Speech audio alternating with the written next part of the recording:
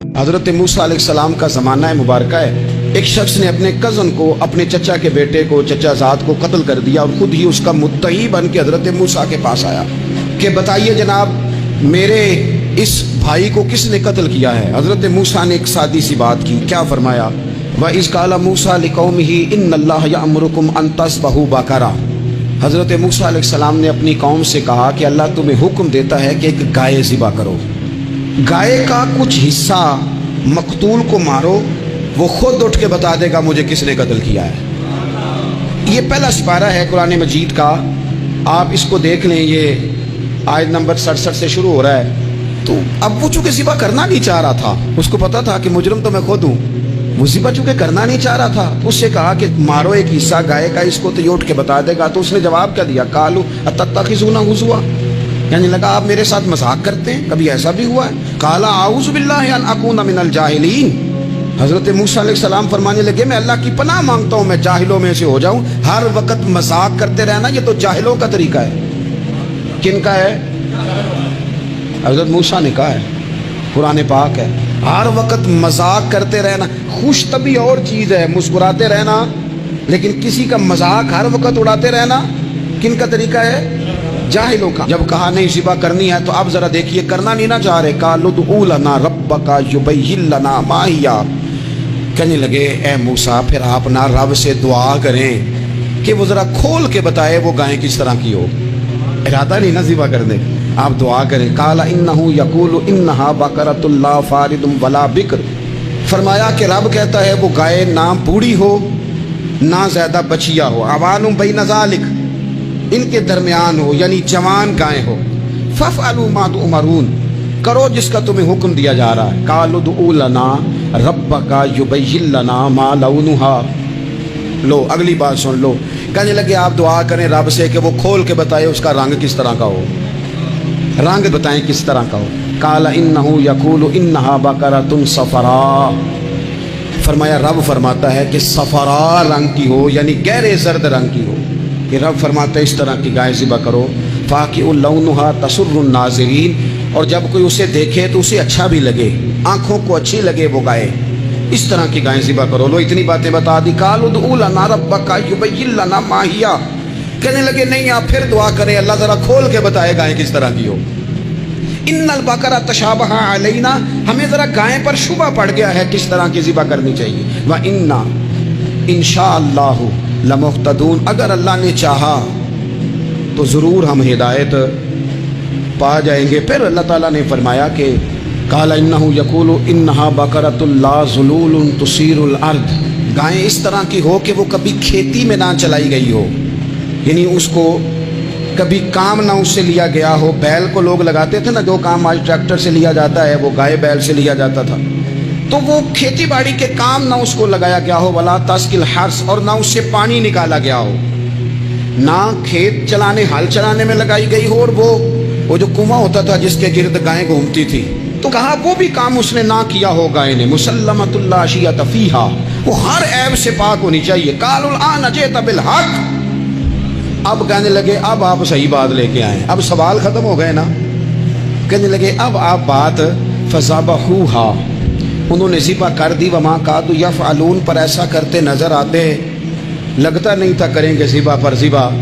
اچھا یہ گائیں پھر ملی کیسے؟ امام خازن کہتے ہیں کہ ایک نیک آدمی تھا، تو اس کا آخری وقت آ گیا، تو اس کے پاس جو کل جمع پونجی تھی وہ ایک بچیا تھی، گائیں کی بچی، بچیا ویڑی، اس کے پاس وہ ایک بچیا تھی صرف۔ تو اس نے اس طرح کیا کہ اس کی گردن پر ایک مہر لگائی، اللہ کے نام پر بطور امانت اس نے اس کو جنگل میں چھوڑا، کہا یا اللہ میرا بیٹا ایک ہی ہے وہ بھی چھوٹا ہے، اس کی حفاظت کرنا اور میرے بیٹے کو پہنچا دینا۔ بچہ بالغ ہو گیا، اس کی ماں نے کہا بیٹا جو امانتیں رب کے پاس رکھوائی جائیں نا ان میں خیانتیں نہیں ہوا کرتی، جا کے جنگل میں آواز دے تیری گائے واپس آ جائے گی۔ اس نے جا کے جنگل میں آواز دی کہ وہ جو میرے باپ نے امانت رکھوائی تھی وہ کدھر ہے؟ وہ نشان لگی ہوئی گائیں دوڑتی ہوئی اس کے پاس آئی۔ واللہ خیر الرازقین، جب رب بندوبست کرے، جب اللہ بندوبست کرے تو پھر معاملہ اور ہوتا ہے۔ وہ گائے آ گئی، اب اس نے کیا کیا اس نوجوان نے کہ وہ گائے گھر لایا، ماں سے آ کے کہا کہ اماں یہ تو اللہ نے فضل کر دیا۔ ماں کہنے لگی پتر حالات ہمارے خراب ہیں، منڈی میں لے جا اسے بیچ دے، لیکن سودا میری مرضی کے بغیر طے نہ کرنا. کس کی مرضی کے بغیر؟ کس کی؟ اماں کی مرضی. اور سنو یار، تھے کچھ لوگ جن کو لوگوں نے تانے بھی دیے کہ تم ماں کے پیچھے لگ گیا ہے. لوگوں نے بڑا کچھ کہا، پر جو ماں کی مرضی پہ لگیں ناکام نہیں ہوتے زندگی میں. یہ دیکھو ماں کی مرضی پہ لگا. اس کی قیمت کتنی تھی گائے کی؟ بڑی مہنگی تھی، پر 3 دینار کی تھی. منڈی میں لے گیا، 3 دینار اس کی قیمت لگ گئی. تو ماں نے کہا تھا میری مرضی کے بغیر سودا نہ کرنا. اب بچے تو نہیں نہ مانتے، اماں کو کیا پتا بار بزنس کیا ہے، لین دین کیا ہے. پر ماں نے کہا تھا میری مرضی. بندہ دے رہا ہے اسے 3 دینار. اس نے کہا جی میں نے طے تب کرنا ہے، ڈن تب کرنا ہے، پہلے اماں سے پوچھنا ہے. گھر جا کے اماں سے پوچھا، اماں کہنے لگی دے دے. واپس آیا تو اس نے کہا کہ میں 6 دینار دیتا ہوں، پر میری شرط ہے ماں سے نہیں پوچھنا. اس نے کہا تو 12 بھی دے. ڈن تب بھی ہونا ہے جب اماں نے کہنا ہے. وہ جب اس طرح کی اس نے گفتگو کی، واپس اپنی والدہ کے پاس گئے. کہنے لگے اماں سمجھ نہیں آتی، 3 دینار کی گائیں بندہ 12 میں خریدنے کو تیار ہے، شرط لگاتا ہے کہ اماں سے نہیں پوچھنا. تو والدہ کہنے لگی پتر پہلے اس سے جا کے پوچھ کیا وہ ہے کون. یہ کوئی روحانی معاملہ ہے، کوئی غیبی مدد ہے، پوچھ. اس سے جا کے پوچھا تو وہ کہنے لگا میں تو فرشتہ ہوں اللہ کا. تو نے گائیں بیچنی نہیں، اس لیے کہ تیرا باپ بھی نیک ہے، تیری ماں بھی نیک ہے. رب تیرے رزق میں برکت پیدا فرمانا چاہتا ہے. ماں باپ نیک ہونا، رزق میں برکت ہو جاتی ہے. ماں باپ نیک ہو، ان کی صالحیت کا اثر پہنچتا ہے بچوں تک. رزق حلال کما کے لانے والے ہوں تو گھر میں برکت ہوتی ہے. جا کے کہا کہ تیرے ماں باپ نیک تھے، اسے نہ بیچنا گائے کو، تو کیا کریں؟ کہنے لگے بنی اسرائیل والے سوال کر کر کے کر کے خود مشکل میں آ گئے. اب وہ ایسی گائے جو جوان بھی ہو، یہاں تو ہر غریب آدمی اپنی گائیں یہاں لگا دیتا ہے، کھیتی باڑی میں یہاں لگا دیتا ہے، کنویں میں پانی نکالنے میں، تو یہاں تو ہر ایک کی گائیں. تو ایسی گائیں جس کا رنگ بھی اتنا پیارا ہو، زیادہ بوڑھی زیادہ بچی بھی نہ ہو، اور ابھی تک کھیت میں بھی نہ لگی ہو، وہ سوائے تیرے کہیں نہیں ہے. اس نے کہا چل پھر مہربانی کر بتا میں کتنے کو دوں گائیں، اگر وہ آ جائیں تو کتنے کو بیچنی ہے. اسے کہنا کوئی نہیں، ریٹ تو زیادہ کرنا ہی نہیں. ان سے کہنا گائے کے اندر سے گوشت نکال دیں اور جتنا گوشت ہے اتنے پیسے بھر دیں، اس کی کھلڑی بھر دیں. اب وہ بنی اسرائیل والے ڈھونڈتے ڈھونڈتے ڈھونڈتے ڈھونڈتے پہنچ گئے. کہا جناب گائیں 3 دینار کی 6 لے لو. اس نے کہا نہ بھائی، ذبح کروں گا، گوشت نکالوں گا، جتنا وزن گوشت کا اتنے پیسے بھرو گے کھال میں تو پھر گائے تمہیں ملے گی. اب مجبور تھے، کیا کرتے؟ ابن کثیر حدیث لائے ہیں، امام سیوطی نے در منصور میں بھی لکھی ہے. نبی پاک صلی اللہ علیہ وسلم نے فرمایا سنو جوانوں، اور اسے دل کی تختی پہ لکھو.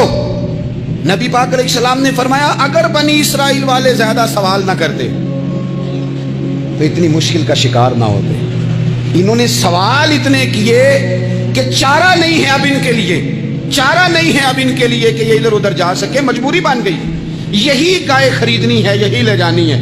اب اتنا سارا مال جمع کر کے وہ گائے خریدی، ذبح کی.